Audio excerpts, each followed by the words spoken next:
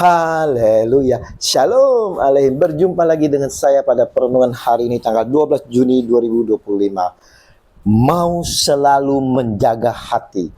Bacaan liturgi hari ini diambil dari 2 Korintus 3 ayat 15 sampai dengan bab 4 ayat 1, 3 dan 6 sampai 6. Serta Injil Matius 5 ayat 20 sampai dengan 26.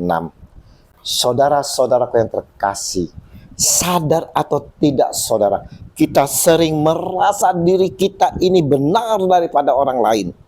Lebih benar dari pasangan kita, lebih benar dari orang tua mertua kita, anak-anak kita, teman-teman, saudara satu komunitas kita.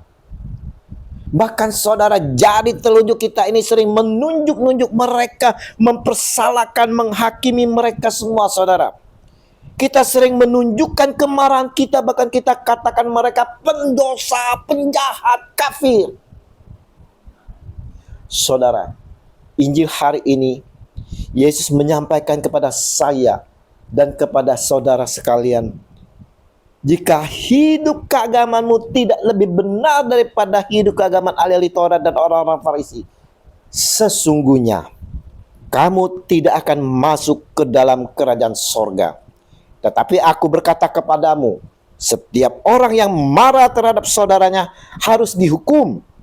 Siapa yang berkata kepada saudaranya kafir harus dihadapkan ke mahkamah agama. Dan siapa yang berkata jahil harus diserahkan ke dalam neraka yang menyala-nyala. Matius 5 ayat 20 dan ayat 22.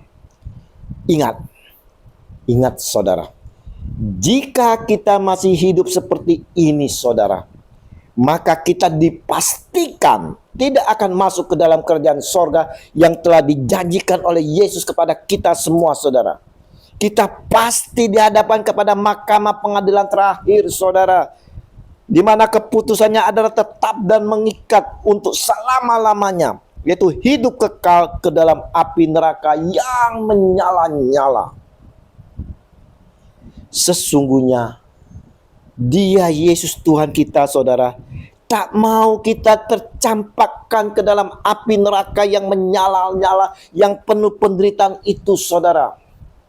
Untuk itulah Dia Yesus Tuhan Raja di atas segala raja, Raja semesta alam saudara, mau turun ke dunia menyelamatkan kita dan dunia dengan kasih-Nya yang besar.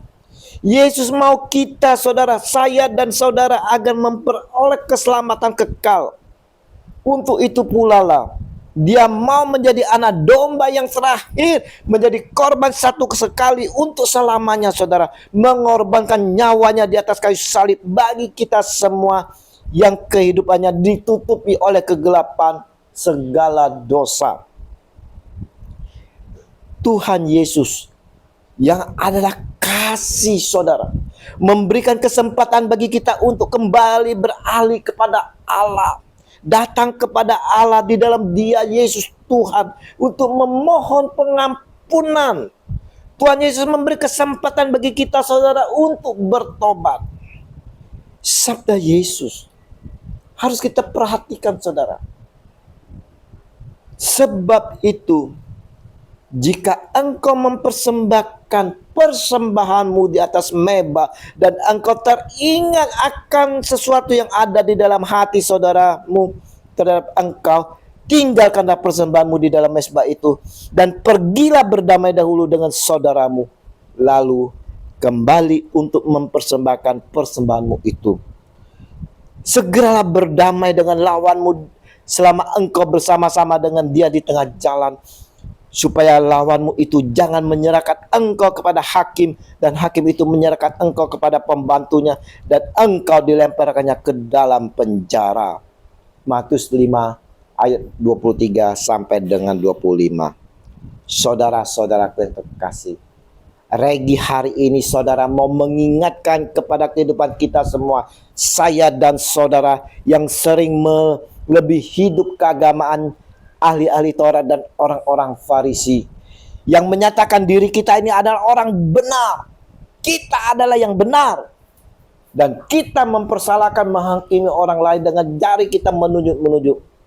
Bertobatlah saudara, Bertobatlah saudara, bertobatlah. Yesus menghendaki dari kita semua hidup yang penuh kasih. Hidup dalam penuh kerendahan hati yang mau menerima setiap orang sebagai saudara-saudara kita.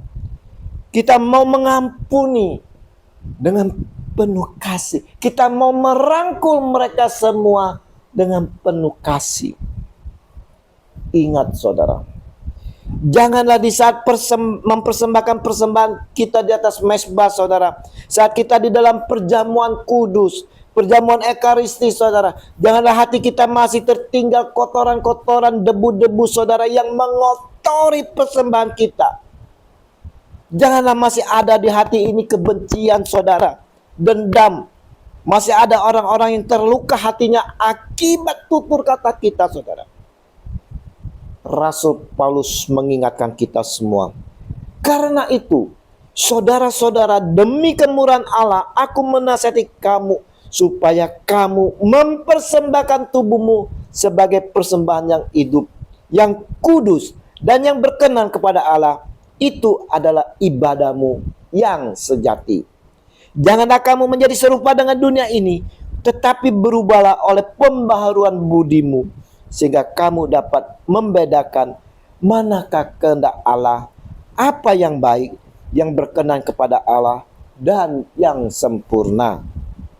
Roma 12 ayat 1 sampai dengan 2. Mari saudara-saudaraku yang terkasih, melalui renungan hari ini saudara, kita mau selalu menjaga hati kita saudara. Kita lepaskan kebencian, dendam, dan kita mau terlebih dahulu membereskan, melepaskan saudara, minta ampun dan mengampuni dengan penuh kasih saudara. Terlebih mau membereskan luka hati saudara kita yang terluka akibat tutur kata kita saudara. Kita mau rekonsiliasi, saling mengampuni dalam kasih Tuhan kita Yesus Kristus. Kita mau saling rangkul. Kita mau saling rangkul berpelukan dengan penuh kasih. Ingat saudara, pengampunan berarti kita memberi, kita melepaskan. Kalau kita melepaskan, maka kita akan memperoleh berkat-berkat yang luar biasa. Ya Yesus, bimbinglah kami senantiasa dengan urapan Roh Kudus, agar kami dimampukan untuk saling mengampuni dan mengasihi, dan biarlah hidup kami mampu mempersembahkan tubuh kita ini sebagai persembahan yang hidup, yang sesuai kehendak-Mu. Amin. Dalam nama Bapa dan Putra dan Roh Kudus. Amin. Shalom Alhim.